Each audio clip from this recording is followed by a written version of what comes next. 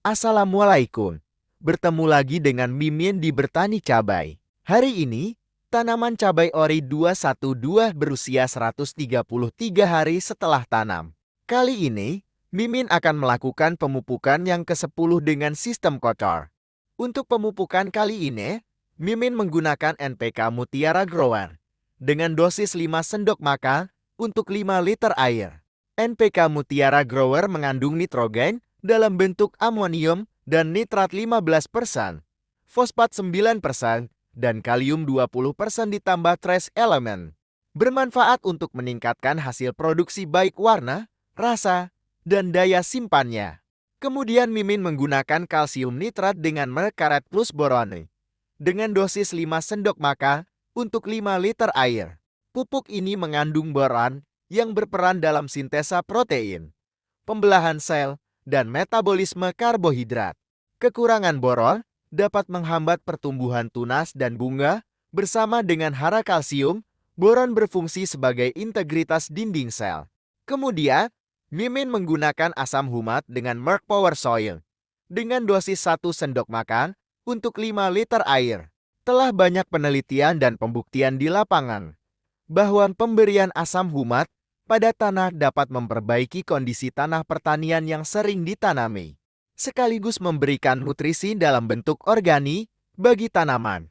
Asam humat juga berfungsi sebagai chelate alami yang memudahkan unsur-unsur hara diserap dan dimanfaatkan oleh tanaman. Banyak penelitian menunjukkan bahwa penggunaan 1 kg asam humat memberikan efek yang setara dengan penggunaan 500 kg kompos konvensional. Kemudian bahan-bahan dicampurkan, diaduk hingga larut dalam air. Untuk pengocoran, Mimin menggunakan 180 ml per lubang tanam. Kali ini kita masih membahas tentang unsur-unsur hara mikro dan peranannya.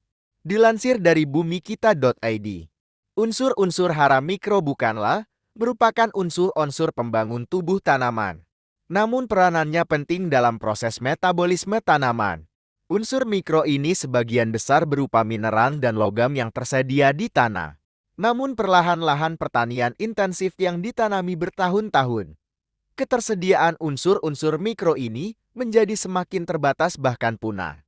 Kali ini kita akan membahas unsur hara mikro zinc atau zinc atau Z10. SAM atau zinc dimanfaatkan tanaman dalam bentuk ion ZN2. Rata ditemukan 0,002% dari bobot kering tanaman. Tidak mobil di dalam tubuh tanaman maupun di tanah. Fungsi fisiologis SAM atau zinc yang pertama, berperan dalam pembentukan hormon auksin alami. Yang kedua, mengaktifkan enzim-enzim pembentuk protein dan karbohidrat. Yang ketiga, berperan dalam konversi karbohidrat menjadi gula sederhana. Berikutnya pengaruh SAM atau zinc pada tanaman. Yang pertama, pemanjangan batang dan percabangan. Yang kedua, menjaga kestabilan pertumbuhan tanaman di tengah perubahan suhu lingkungan. Yang ketiga, mempertahankan pembentukan klorofil pada daun-daun tua. Sumbernya zinc atau zinc dari pupuk mikro dalam bentuk ZNEDTE atau garam ZNSO dan beberapa produk pupuk daun Microcell. Berikut adalah gejala defisiensi atau kekurangan zinc atau zinc. Yang pertama, tanaman kerdil dan ruas percabangan pendek. Jika tanaman mampu tumbuh tetap akan terlambat. Yang kedua, klorosis maupun bercak-bercak interveinal antara pembuluh vena. Yang ketiga, distorsi daun. Nekrosis berwarna perunggu bronzing dengan urat daun tetap hijau.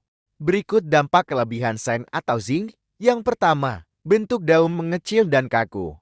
Yang kedua, klorosis dan nekrosis. Yang ketiga, toksisitas zinc jarang terjadi karena unsur ini kalah bersaing terserapnya oleh unsur P, V, Me, dan Co. Karena SAM atau zinc juga tidak mudah bergerak, sehingga bila terjadi kekurangan harus segera dicukupi melalui aplikasi daun. Jika terjadi defisiensi, sebaiknya dikoreksi dengan aplikasi pupuk yang mengandung zinc melalui daun. Microcell merupakan solusi paling tepat karena unsur zinc yang terkandung berupa ZNEDTA yang aman dan tidak mudah rusak oleh reaksi dengan unsur logam lainnya. Sekian dulu untuk video kali ini. Semoga bermanfaat. Salam bertani cabai.